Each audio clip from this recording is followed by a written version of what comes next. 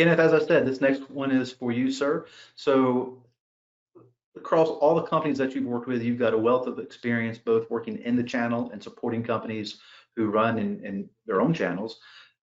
What do you see happening as in the best practices around supporting these partner engagements, to follow on with that poll?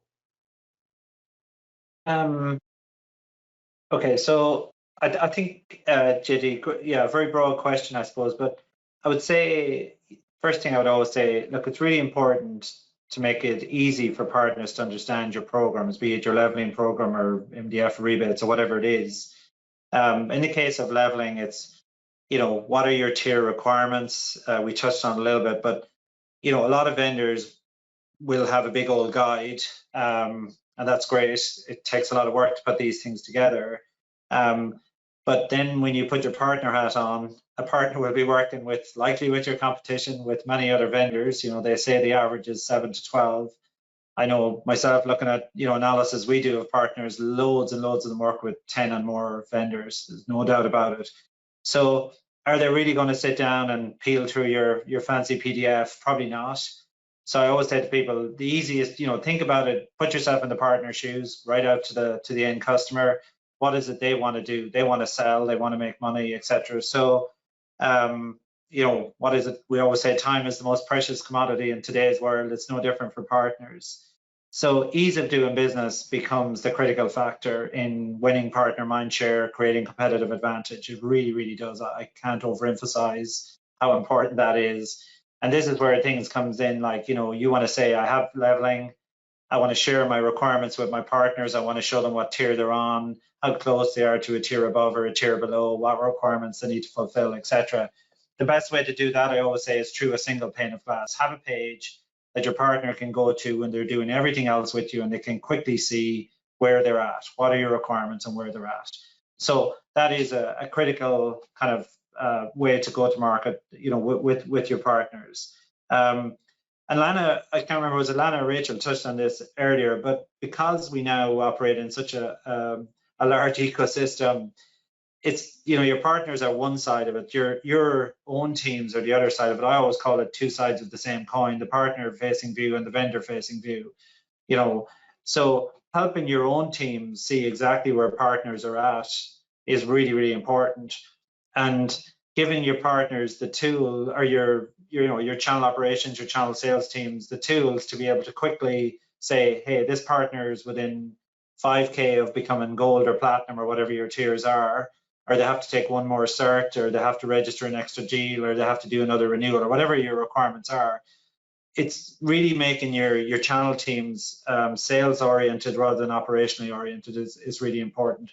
So there's a good bit in there, JD, but if you can help your partners, in terms of being easy to work with, you will definitely win partner mindshare and create competitive advantage against your competition or other vendors.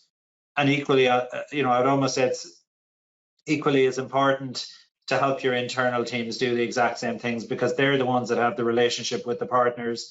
So empower your account managers to do a better job by giving them those similar views that the partners have, but all in one place. They don't have to go to 5 different systems or look at spreadsheets or pull data together. It's done, it's there and for them, that they can now go and sell. Okay, so yeah, that's kind of what I see being successful, JD, in terms of helping vendors engage with partners and win partner mindshare. So I want to dig into this one a little bit more, and I'm going to ask, so on my screen, the way it's set up, if I go from Kenneth, then I have Rachel, and then I have Lana. So Rachel, I'm going to come to you next and just ask, with what you guys are doing, as Kenneth touched on, enabling and engaging with your channel, what are some of the strategies that your account managers, partner account managers are using to do just that? Well, I think, kind of touched on it, giving them the data at their fingertips, right? We're a data company. That's what we do. And quite often it's the case of the cobbler's shoes, right? Like, we don't always have the data. And I think in channel, we're probably the most difficult to try and find channel data. And every time I mention this or I hear about it from other people, I realize, we're all in the same boat. So what this allows us to do is really streamline that data collection and data visibility. Having the data is one thing, being able to deliver insights from it and use the data is something completely different. And I love the dashboards that we have. And it takes me back to our consumer days, right? Like, we think about partners as this category, this business. They're not. They're humans sitting behind the screen. And if you're like me with your airline, I love to be able to go on and see how many more segments do I need, how many more flights do I need, how many more dollars do I need to spend. Like, I love that dashboard. I know exactly what I need and where I'm at throughout the year. And we want to deliver that same very simple visual experience to our partners because they're humans, sitting at the dashboard, sitting at the portal.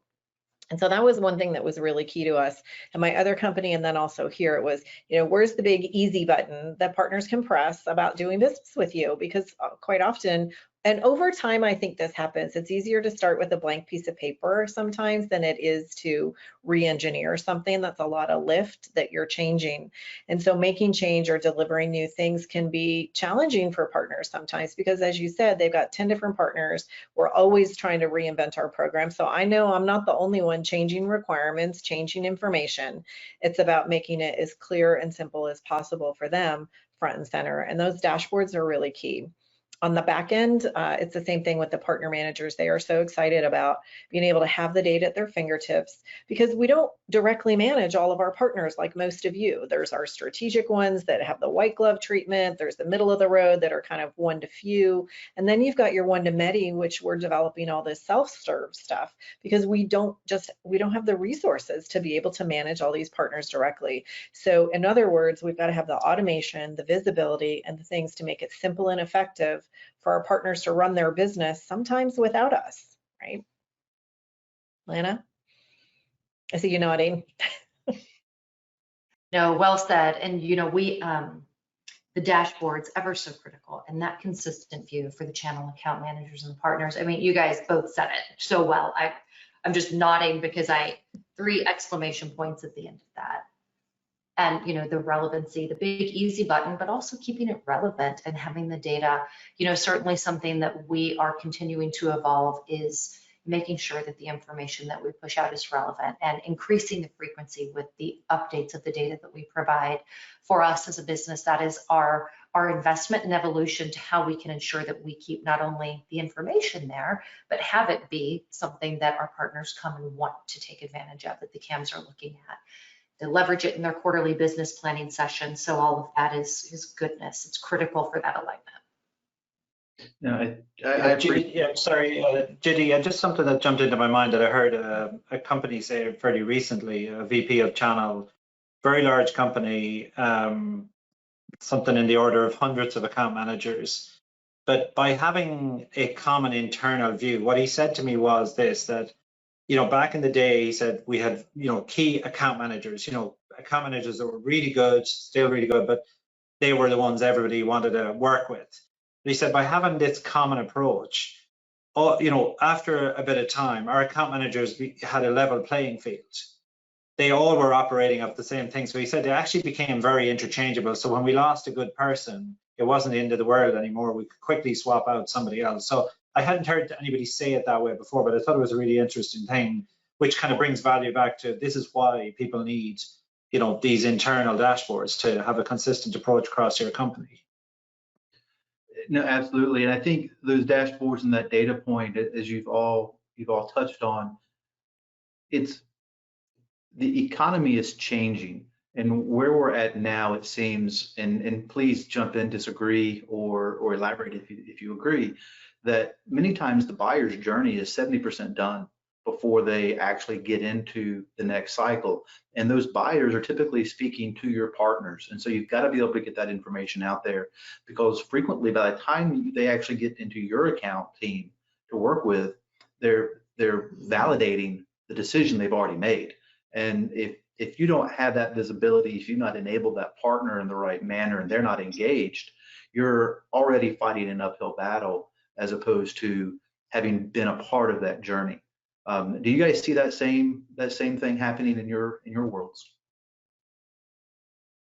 Absolutely. Yeah. All right, thank you. So we'll go ahead and jump into the next poll. Okay, thanks, JD. So the next one then is, for those of you offering a partner leveling program, has it improved partner engagement? Have you noticed an increase in partner engagement having launched the Partner Leveling program? So obviously, yes, absolutely. And hopefully we have a lot of that. And of course, no, if you haven't seen any real difference after launching it. And maybe that might be that like some of the requirements aren't set up correctly. And hopefully this webinar will give you a little bit more insight into it. Okay, so, oh, disappointingly, that's a rather tight one. Okay, so yeah, I'm going to pass it back to you there, JD, to get started on the next section.